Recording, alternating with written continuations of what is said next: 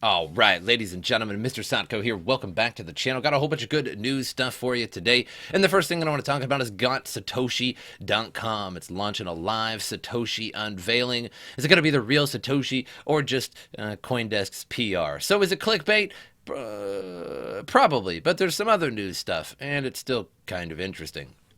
So a new website just popped up called GotSatoshi.com, and we're going to check that out in just a second. It launched with a ticking clock until the live Satoshi Nakamoto veiling. So are we really going to see Bitcoin's creator, or is it just a well-thought-up PR experiment? And it could be, but, kind of probably the latter. And the reason is that because even if it unveiled somebody or some group of people, they're still not Satoshi until they signed some kind of early transaction. So a few days ago, we witnessed an anonymous miner embedding the word Satoshi Nakamoto into all the blocks they mine and controlling more than 40% of Bitcoin Cash's hash rate. And now we got a new website that just seemed to appear on the web, stoking speculation about what it could mean for the mystery of Satoshi Nakamoto. GotSatoshi.com launched around this past weekend with no hint as to who built the site or what it's really for. There's just a question, where in the world is Satoshi Nakamoto? And a ticking clock, and the time of writing leaves us with about 11 days, but now it's about 10 days or so. So also, when you write down your email address to subscribe, there's this thank you note with the address reading GotSatoshi with an address that has Hunt on the Rock of the Sea. So it seems that they might be Harry Potter himself, because in Harry Potter, the acceptance letter to Hogwarts was Hut on the Rock, the sea. So Hut on the Rock, not Hut on the Rock. So first and foremost, we could probably guess who Satoshi isn't, and this for sure goes to Craig Wright, who keeps calling himself the real Satoshi and threatening he's going to sue anyone who says he isn't.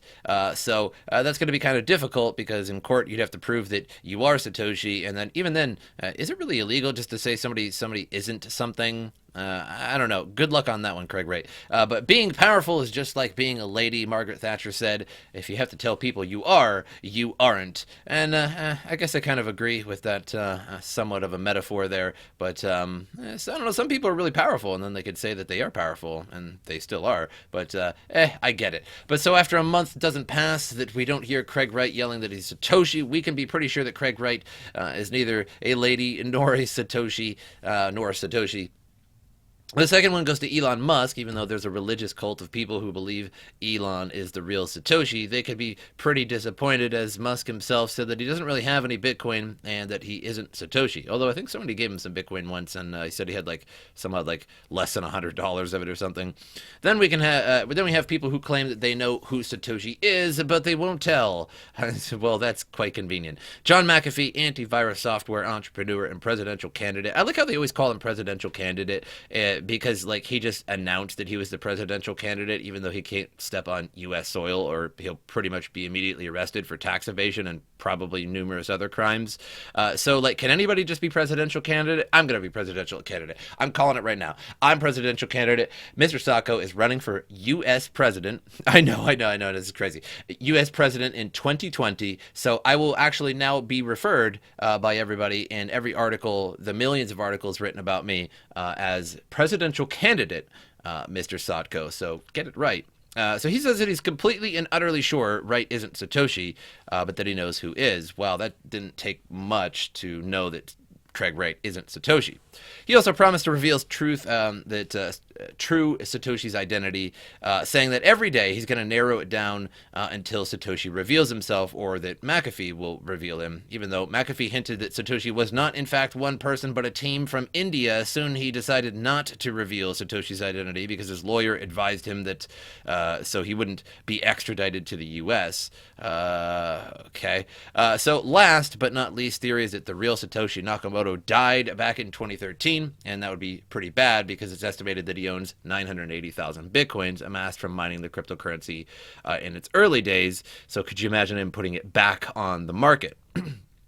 Interestingly enough. So another thing is that the countdown on the website seems to correspond with CoinDesk's Consensus 2019, which is one of the largest blockchain conferences in the world, which last year was a total fiasco. So it's possible that there's a PR stunt on the horizon. So where in the world is Satoshi? 10 days. I'm sure they're going to sign up, or I'm sure they're going to show who Satoshi is. But if you sign up, you get a Hogwarts address. So, yeah, interesting. But anyway, moving on. So Bitcoin will be over 10K by 2020 halving, model shows. So again, I don't like to talk about like the future price of Bitcoin because it doesn't, it just depends on where you look, what the future price is. Some people are like, oh, it's going to be 10K, 20K, 50K, 100K. I've seen 200,000. I've seen $1 million per Bitcoin. At this point, you can basically put on a blindfold and just have a big dartboard of prices and just hurl a dart at it and go, yeah, Bitcoin's going to be 57,000 in, I don't know, 4 months, whatever. So, but what I do want to talk about is that the halving is coming soon, and it's going to have a lot of effects. So one effect is that, of course, miners are going to have to sell their Bitcoin for probably a little bit more, if Bitcoin doesn't go up in price, because 12.5 Bitcoin to 6.25 Bitcoin, honestly, most ASIC miners really aren't making that much profit per day, although it is going up now with the prices. So that's going to force them to essentially sell it for just about double what it is now, or at least, what it is then. And on top of that, too, there's going to be this psychological buying effect from people because, again, these type of articles are popping up all over the place already. It's still a year away in May 2020. But these articles are popping up already, and they have been for quite a while, and they're going to get more frequent as time goes on. It's going to be all over the Reddits, forums, crypto news sites, etc. And that's going to psychologically make a lot of people buy in, especially once it gets closer and closer. I mean, once we're down to a few months before the halving, the buying frenzy is going to be pretty strong, and the price is just going to keep on rising and rising. So if you don't get your Bitcoin now, get it very soon. So as originally posted by the Twitter user Plan B, Bitcoin remains on course to exceed 10,000 and perhaps even 100,000. Again, fairly arbitrary values, but let's go with it. According to the trend following macroeconomic models. So we had a halving in 2012, and you can see that had a pretty big effect. Whether that was from halving or just more people starting to buy into it and the price rising and just encouraging other people to buy into it. But either way, it is rising here pretty quickly. Then we had 2016 halving, and you can see that had a pretty big effect, and and so on and so on. So the graph above shows a correlation between the Bitcoin reward halving and the price of Bitcoin, mapped by year and counting down until the next halving event that will occur May 2020. So the SF model displays a price uptrend, notably as halving is expected to reduce sell pressure on the supply side. A lack of interest from sellers could help the price climb upwards from its current levels. So Bitcoin block halvings occur roughly once every 4 years. And at present, we're at the reward of 12.5 Bitcoin. And each time a block is mined, by May 2020, that number is going to be 6.25. So you can see every 4 years, this is a really significant reduction. 2024, it's going to be just over 3 Bitcoin. 2028, it's just going to be nearly a little over 1.5 Bitcoin. So you can see it's going to really dunk pretty quick, and eventually mining is going to receive basically no Bitcoin. But and eventually in 12, 16 years or so, we're actually going to be below 1 Bitcoin per block reward. That means Bitcoin is going to have to be really expensive for all of that electricity and all that difficulty and all that hashing for it to be profitable. So the price is sort of inevitably going to go up. So there are less than 390 days to go. And there are other models used to predict the price of Bitcoin that pushes the price of Bitcoin higher. For instance, a 1 trillion market cap was predicted for Bitcoin after the halving that will occur in 2020, implying a price of 55,000, which is somewhat reasonable as we were at 20,000 before. So now a halving after that, 55,000, somewhat reasonable, admittedly. However, the price of Bitcoin could climb to even higher levels in 2023. A massive rally could push the coin to astronomical price of $10 million. Maybe. So with these halvings, again, it's just going to be up and up and up. And again, just before the halvings occur, people are really excited. And of course, all of the articles that will be coming out on it will remind people pretty much on a daily basis to get your Bitcoin. So moving on, another thing that I like to talk about is the old corporate coin. The winners of the true winners in the end of the cryptocurrency industry are going to be the corporations. Heck, they're already winning everything as it is. Now, of course, Bitcoin, Litecoin, Ethereum, all those coins still going to be around during all of this time, but I've been talking about this a lot on my live streams. I sort of get into this existential conversation of corporations and cryptocurrency. And we start to talk about how the corporations are going to really start to take over. And so Facebook's is in talks to build ecosystem for planned stablecoins. So again, I was talking about these articles a while ago that they're going to make essentially billions of dollars with this Facebook coin within a few years of it launching.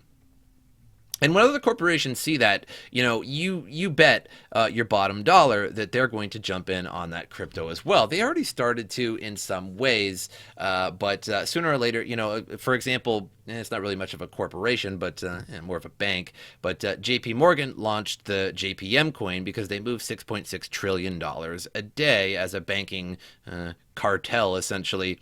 And with this coin, they'll be able to move it very, very quickly without actually really moving much money. It'll just have this value transferred around, and they'll be able to get around a lot of fees and move money much more quickly.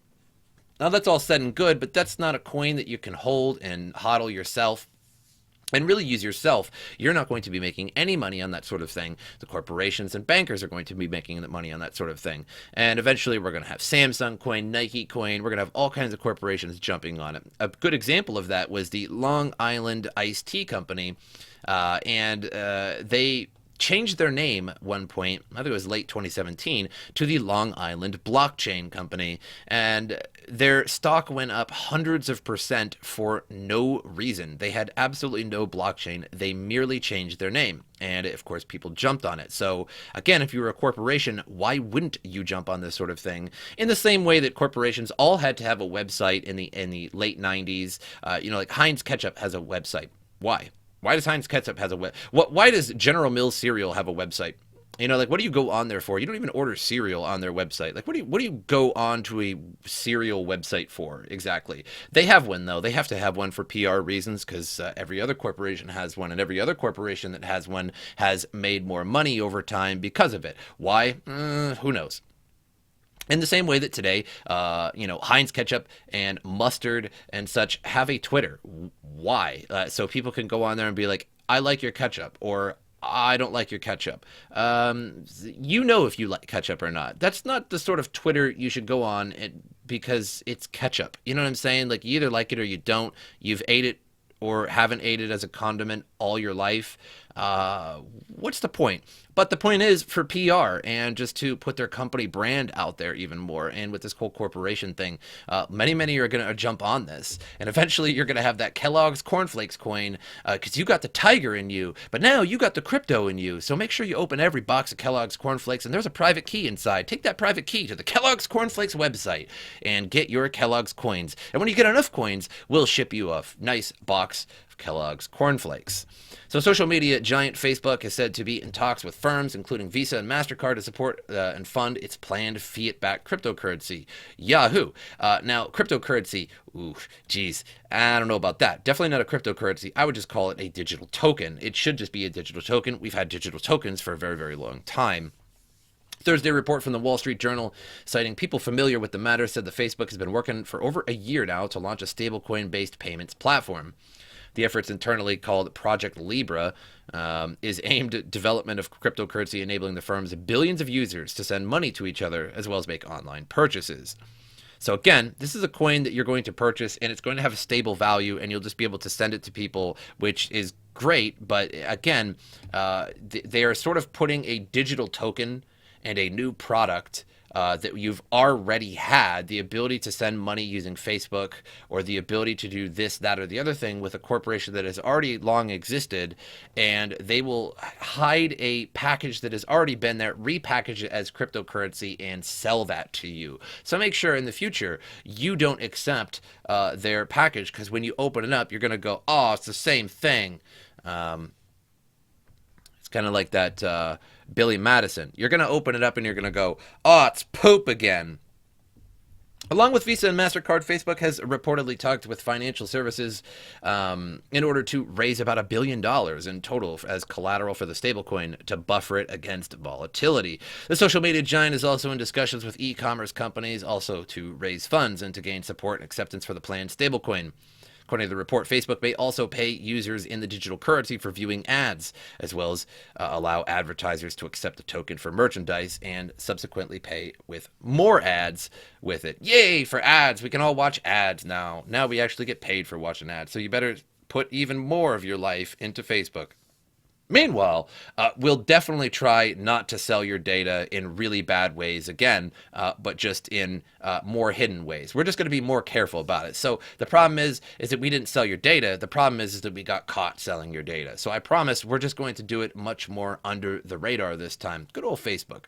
There's more too. Notably, Facebook is said to be aiming to eliminate the swipe and card processing fees, generally around 2 to 3% paid by merchants on every transaction to banks and payments processors and networks. If it succeeds, the project threatens the card network's dominance over global payments. It certainly doesn't threaten Facebook, though, because they're going to make all the money. Meanwhile, you're viewing all the ads. They're making the money. You're viewing the ads. Last December, report suggested the social media giant may focus on the Indian market to let users transfer money via the fiat-pegged cryptocurrency on WhatsApp, the messaging app Facebook acquired in 2014. So the Facebook's cryptocurrency project could yield anywhere from, watch this one, $3 billion to $19 billion in additional revenue by 2021. So that's like basically less than 2 years. So if you don't think other corporations are going to jump on this whole cryptocurrency thing when it's not real cryptocurrency, again, it's poop repackaged. It's the same product that you've always had, repackaged as cryptocurrency. It's a coin. It's all going to be Samsung coin, Kellogg's Cornflakes coin, everything is going to be a coin in the future. I'm calling this one now. Every single corporation is going to have a coin, and you're all going to use their coin. If you have a cell phone provider, you're going to be able to make your coin with it somehow, but maybe you get coin for paying your bill and doing things and yada yada, not using all your data, and you get a little coin, and then you can do this with that or anything with it. But really, all that lets you do, now that sounds convenient. Oh man, if I just do this, I can pay my bill with my coin or this, that, or the other thing. But really, it just makes you use that product even longer when you may not want to use that product even longer. Or maybe you don't know that you don't want to use that product anymore, but you can continue using it because you have their coin and you're a loyal customer now. So again, guys, in the future, as you're going along, be careful about these corporate coins that will be coming out. I think I'm like the only one talking about this, but the corporate coin is on the horizon and it's going to be everywhere in a few years, especially when other corporations start to salivate over the $19 billion that Facebook is going to make on this. Yes, they're going to get on this. If you told your boss or corporation or somebody told you that you can make $19 billion by just repackaging your poop that you just plopped into a cardboard box as a coin, man, I really got to do that hard as a coin. You would too. Moving on to CoinMarketCap, we are at 5,800 Bitcoin.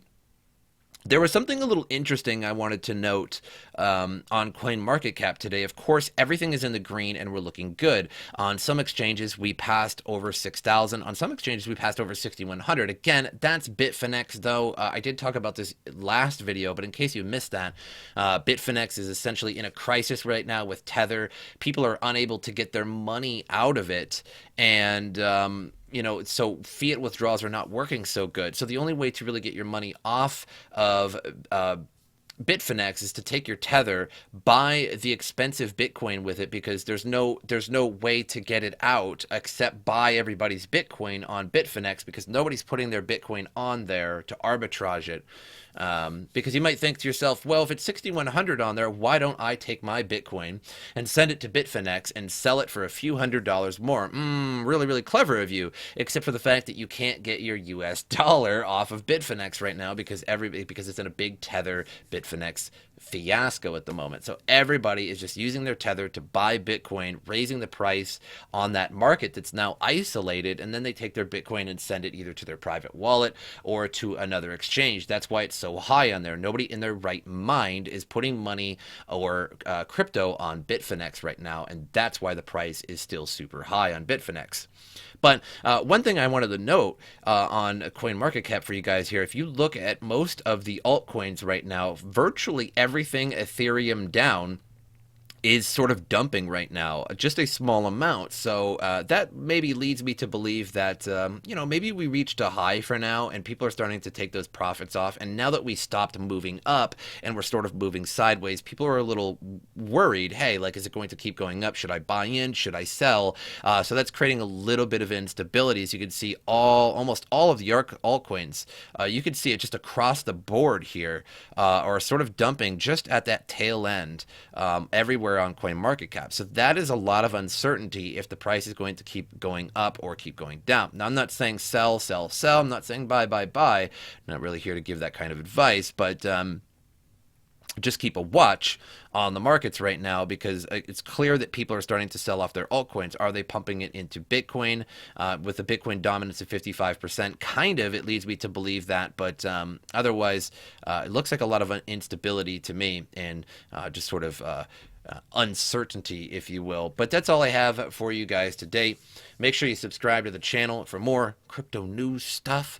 Like the video too, that helps me out a lot. In the description below is my social media. Follow me on those if you get a chance. You'll see DLive is in there. I have been streaming Monday through Friday every week, and you can catch me live on DLive, the new blockchain platform. It's all right. But I hope you guys enjoyed it, and as usual, I will see you guys next time.